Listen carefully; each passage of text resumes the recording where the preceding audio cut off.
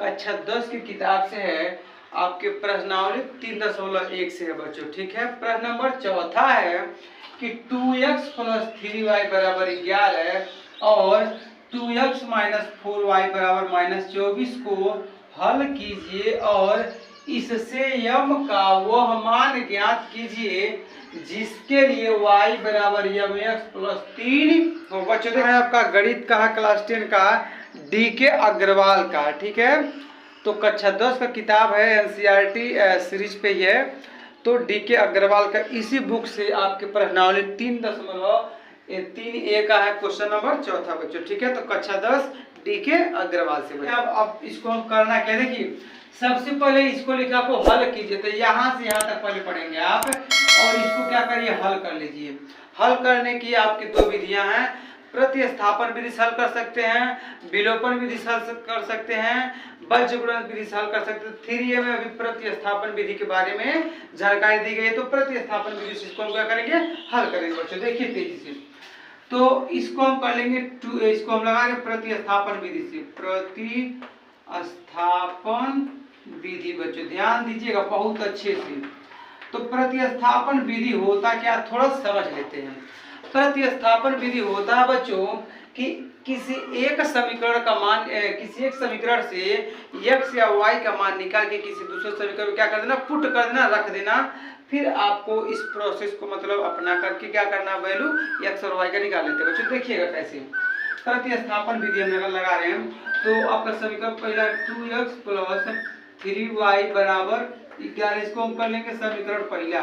क्या कर लेंगे बच्चों, समीकरण पहला, ध्यान दीजिएगा। और उसके बाद से 2x - 4y = -24, इसको कर लेंगे समीकरण दूसरा। कर लेंगे इसको समीकरण दूसरा, ध्यान दीजिएगा। अब हमको करना क्या, हम समीकरण 1 से लिख रहे हैं। समीकरण 1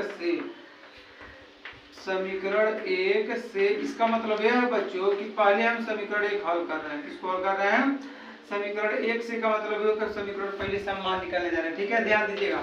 तो समीकरण 1 है आपका 2x प्लस, देखिएगा तो 2x + 3y बराबर हो जाएगा आपका 11 बच्चों, ध्यान दीजिए एकदम। तो यहाँ से या तो x का मान निकल जाए तो y का मान निकल जाए, तो हम x लिख लेते 2x = 11 प्लस 3y इधर जाएगा तो देगा -3y। अब x बराबर जब लिखेंगे बच्चों तो 11 - 3y या गुणा रूप में इधर जाएगा तो देगा भाग कर लो बटे 2, बटे क्या हो जाएगा बच्चों 2, ध्यान दीजिएगा। तो x का मान हो जाएगा 11 - 3y बटे 2 बच्चों। ठीक है, अब देखते हैं इसको हम कर लेंगे समीकरण 3 अपनी सुविधा के लिए। क्या कर लेंगे, इसको समीकरण 3 कर लेंगे हम अपनी सुविधा के लिए। ठीक है बच्चों, 1 से मान निकाले, x का मान इसको कर लिए समीकरण 3। अब यही x का मान समीकरण 2 में क्या करेंगे, हम रख देंगे। तो लिखेंगे भाषा कि x का मान क्या करेंगे, समीकरण 2 में रखने पर, x का मान समीकरण 2 में रखने पर, समीकरण 2 में रखने पर, ध्यान दीजिएगा बच्चों, समीकरण 2 में रखने पर देखिए कैसे। तो x का मान समीकरण 2 में रखने पर, तो समीकरण 2 आपका देखिएगा, तो समीकरण 2 आपका है यहाँ पे 2x - 4y = -24 है बच्चों। ठीक है, चलिए मान रख लेते हैं। तो 2 हो गया और x के स्थान पे क्या रखेंगे, 11 - 3y बटे 2 माइनस है तो -4y = -24। ठीक है, तो यह 2 से 2 खत्म, 1 2 से 2 खत्म हो जाएगा। अब बचा क्या है यहाँ पे देखिएगा बच्चों, तो बचा जो है इसको हम इस साइड में लिख देते हैं। तो 11 - 3y -24 ध्यान दीजिएगा। तो हो गया 11 - 4 3 7 -7y = -24। क्या हो जाएगा बच्चों, -24 हो जाएगा, देखिएगा। तो अब ध्यान दीजिएगा, तो हो जाएगा -7y = -24 है, या +11, जब इधर भेजेंगे तो हो जाएगा -11। तो हो जाएगा -7y बराबर -24 और -11 हो जाएगा -35। -35 देखिए 4 1 5 और 2 1 3।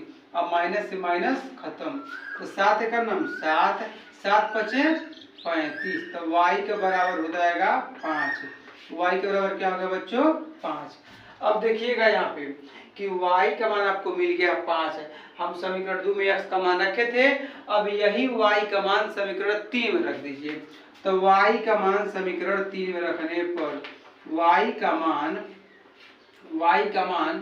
समीकरण 3 में रखने पर बच्चों ध्यान दीजिएगा, तो y का मान समीकरण 3 में रखने पर y का मान समीकरण 3 में रखने पर, तो समीकरण 3 में रखिए बच्चों, ध्यान दीजिएगा समीकरण 3 में रखने पर।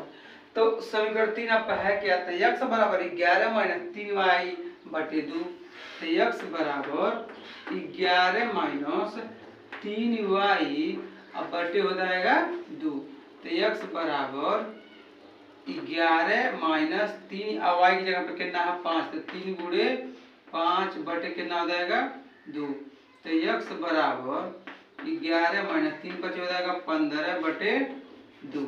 ध्यान दीजिएगा बच्चों, x का मान आपका आ गया 11 - 15 बटे 2। बहुत अच्छे, तो हम लिख देंगे इसको x बराबर 15 में से जब 11 घटाएंगे तो हो जाएगा बच्चों 4 हो जाएगा अब बटे 2।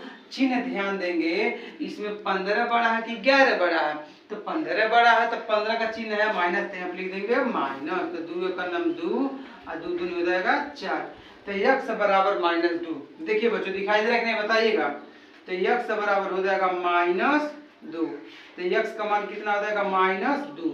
अब यहाँ पे y का मान आ गया 5, x का मान आ गया -2। अब यही मान हमको क्या करना है बच्चों, फिर से आगे पढ़िएगा और इससे m का वह मान ज्ञात कीजिए जिसके लिए y बराबर mx + 3 हो। अब यही x और y का मान क्या करेंगे, हम समीकरण में इसमें रख देंगे बच्चों, ठीक है, ध्यान दीजिएगा। तो आप लिख सकते हैं कि x तथा y का मान रखने पर, ठीक है, यहाँ आप लिखेंगे y बराबर mx + 3, तो x तथा y का मान रखने पर x तथा y का मान रखने पर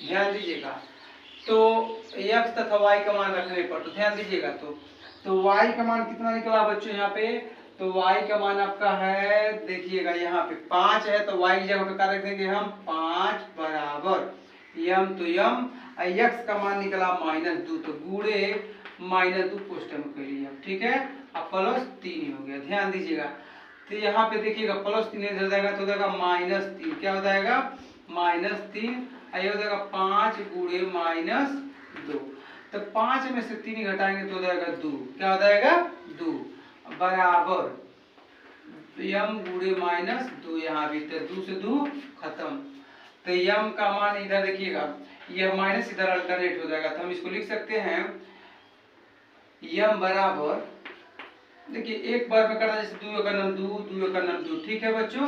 तो ध्यान देंगे कि यहाँ पे -1 है, गुणा करूँ में इधर जाएगा तो जाएगा भाग करूँ, मतलब कि इस तरीके से 1 के नीचे 1 कोई मतलब है नहीं, मतलब कि m का मान कितना -1, m का मान कितना हो जाएगा बच्चों -1 है। तो यही आपको इस प्रश्न में बताना था कि m का मान ज्ञात करना था, तो फाइनली m का मान कितना आ गया -1 आ गया। यही आपका क्या हो जाएगा बच्चों, इस प्रश्न का आंसर हो जाएगा, यही आपको इसमें बताना था बच्चों, ठीक है। तो इस प्रकार से आप प्रतिस्थापन विधि लगा करके x और y का मान निकालेंगे, फिर वही मान हम रख देंगे समीकरण में, यहाँ से आपको m का मान -1